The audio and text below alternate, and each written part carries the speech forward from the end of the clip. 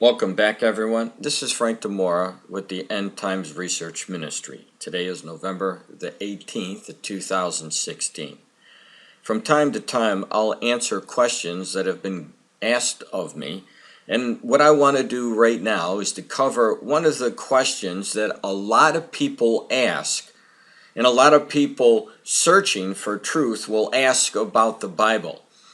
Because one of the questions that I see a lot being asked is about Adam and Eve. And one of the questions that I get is, was the world populated through incest, or did God create others besides Adam and Eve? Well, some understand the reference to Adam in Genesis to be a general reference to mankind as a whole, or the creation of more than one couple. Most conservative scholars reject such a view and understand the Genesis account to refer to the creation of a literal Adam and Eve as a single couple. In other words, our God didn't make a couple like Adam and Eve and then made another couple right away at the beginning. That's not what happened. Now, this is further supported by the New Testament.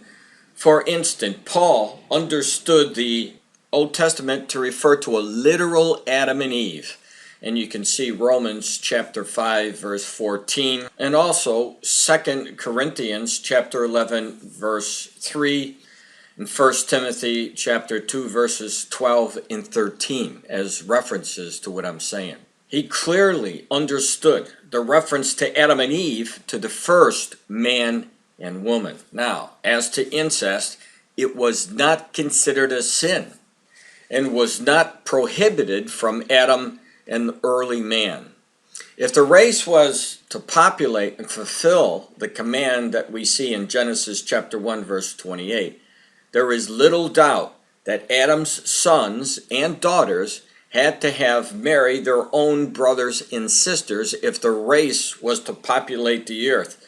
But due to their purity of the race, as evidenced also by the long length of life, there was no adverse effects as we see happening today. In other words, their bodies was in a perfect state the way God created it. In the beginning, there was no sin. There wasn't anything that was going wrong. Everything was perfect. So brothers and sisters down the line had no problem marrying, and there wasn't any after effects from marrying in the same family. So generally, as the effects of sin took its toll on the human race, marrying one's own sister, for example, began to create hereditary problems. And of course, this is the breakdown of the perfect creation because of sin. Now, let me show you Rye's comment on the issue from his book, Basic Theology, the 1986 edition. So, the question of where Cain got his wife would not be considered a problem at all. This question is often used by those who try to demonstrate that the Bible is unreliable in what it claims. How could it claim that Adam and Eve were the first human beings who had two sons, one of whom murdered the other, and yet who produced a large race of people? Now, clearly, the Bible does teach that Adam and Eve were the first created human beings. The Lord affirmed this if you take a look in Matthew chapter 19, verses 3 through 9. The genealogy of Christ is traced back to Adam. Luke chapter 3, verse 38. Jude 14 identifies Enoch as the seventh from Adam. This could hardly mean that the seventh from mankind, an interpretation that would be necessary if Adam were not an individual as some claim.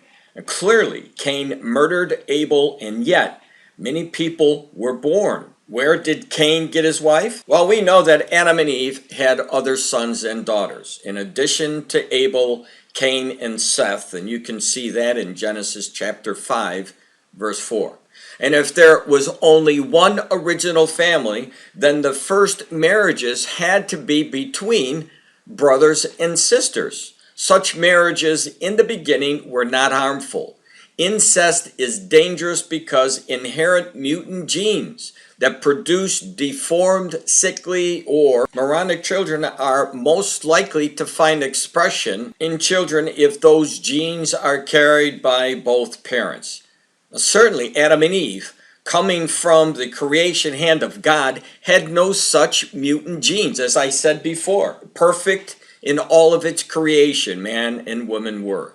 Therefore, marriages between brothers and sisters or nieces and nephews in the first and second generation following Adam and Eve would not have been dangerous because they were, in fact, in a perfect state without any sick or deformed cells running around in their body that would create other than what the Lord wanted to have created. In other words, they were still in a perfect state. Many, many generations later, by the time of Moses, incest then was prohibited in the Mosaic laws, undoubtedly for two reasons. First, such mutants that caused deformity had accumulated to the point where such unions were genetically dangerous.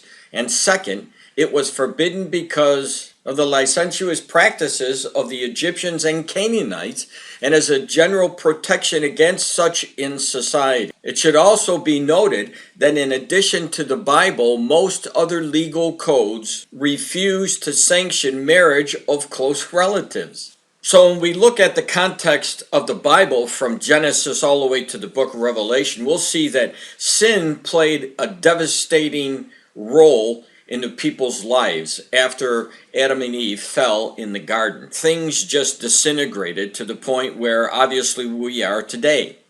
But originally, in a perfect body, the children that were born from Adam and Eve could definitely marry and have children without having any adverse effects. For those of you who do have that pure heart and you really desire to know the answer to this question, you now have that answer. Everything was perfect until the sin changed everything. And over the course of time, when the perfect creation began to break down, that's when the mutations started. And according to the Mosaic law that was given by Moses, we see a change in how marriages would be happening in the future, breaking away from marrying people in your own family. But the bottom line is this: there are many people that will continue to attack the Bible. And even after hearing explanations like this, they wouldn't believe it.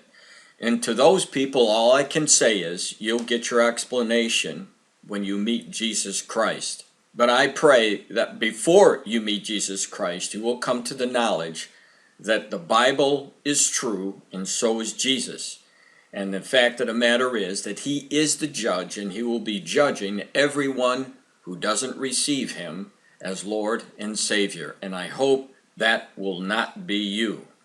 This is Frank Dimora with the End Times Research Ministry. God bless.